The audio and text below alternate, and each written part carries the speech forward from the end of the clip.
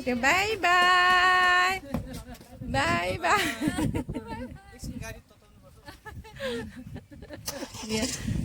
आमा रुनु आँट्यो छोरी छोडेर गएकोले गर्दा यहाँ बत्ती मेरो साथी हामी त अब एक महिना बल्ल भेट भयो है बातमा नि पाएको छैन है अब चाहिँ बात गर्ने टाइम पाउँदैछ ल ल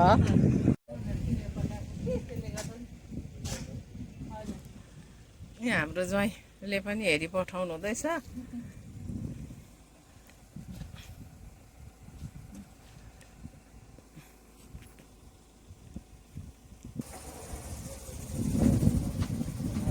मेरो साथीको छोरी ज्वाइँको गाडी अब जानु लाग्यो उनीहरू पनि घरतिर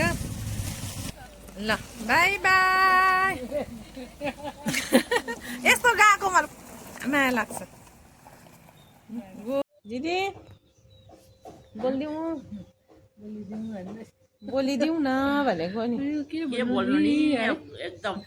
टेरेसमा हावा खाँदै बसिरहेको छौँ है हामी तीन दिदी बहिनी भेट भएर बल्ल बल्ल भेट भएको है जाडोमा हेर्नु जाडो पो लाग्दैछ मलाई सिलगढी भन्छ है जाडो पो रहेछ है जाडो नि हौ फर्स्ट टाइम आएको सिलगढी हो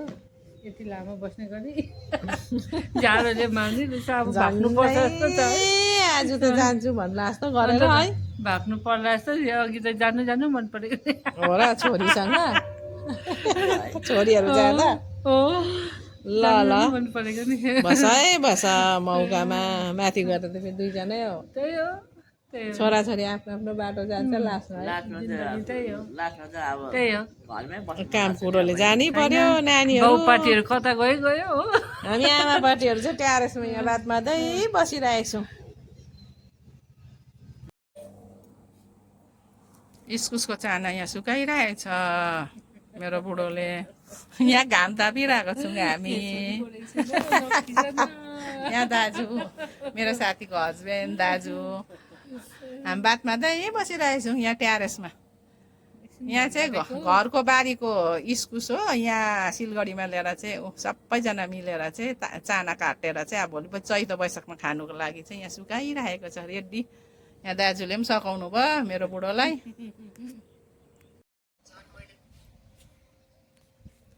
सिलगढीको चाहिँ मौसम इभिनिङको मौसम चाहिँ यस्तो छ जाडो छ है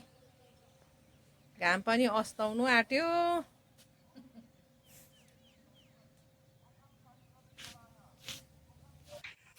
हामी यहाँ वक जाँदैछौँ यहाँ परतिर बुढोहरू अघि नै जानुभयो हामी दुईजनाकै बुढोहरू हामी चाहिँ पछि पछि 60 केजी पुगौँ भनेको 60 है म त मोटो हुँदा त 61 थिएँ है मन पर्यो यहाँ पनि मन पर्यो भने हामी सुजाता बहिनीको जग्गामा आइपुग्यौँ यहाँनिर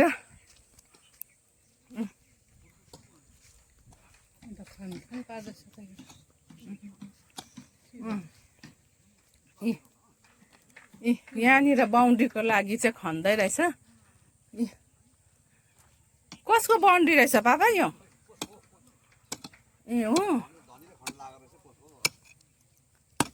यहाँनिर बााउन्ड्रीको लागि खन्दै रहेछ अब यो कसको पर्छ उयो पल्लोपट्टिको पर्छ होला सुजाता बहिनीको उयो पल्लोपट्टिको है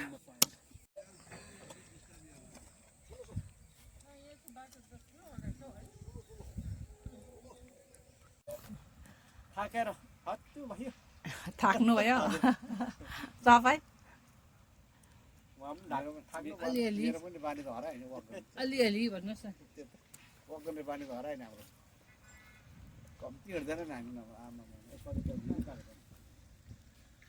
है दामी है यता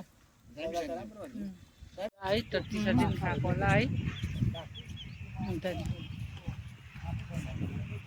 थाक्यो है साथी कस्तो दामी प्लेस एकदम मन पर्यो पुरा मन पर्यो म त यता त यस्तो यस्तो मनपर्छ खुल्ला हो छिटो छिटो जग्गा किनेर तिमीले पनि थालिहाल अब हामी चाहिँ रिटायर सबैमा रिटायर भएको अब केटाकेटीको के छ कसो छ तिनीहरूले गर्छ ठिकै छ यही जग्गा भनेको तर यो उयो पल्लो होला हौ 4 कट्ठा हँ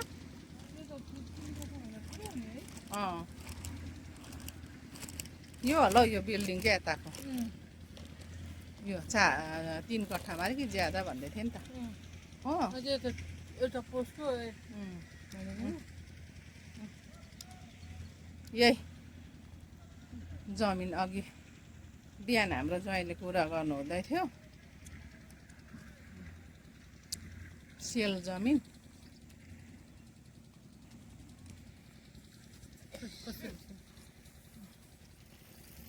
छेउमा चाहिँ यहाँ घर बनाइसकेको छ हाम्रो चाहिँ यहीँनिर छ है हाम्रो चाहिँ यो नजिकै यो ऊपर कति भएको उयो यो चुच्चो मन्दिर यो चुच्चो भएको मन्दिर यो चुच्चो मन्दिर भएको यही त भनेको त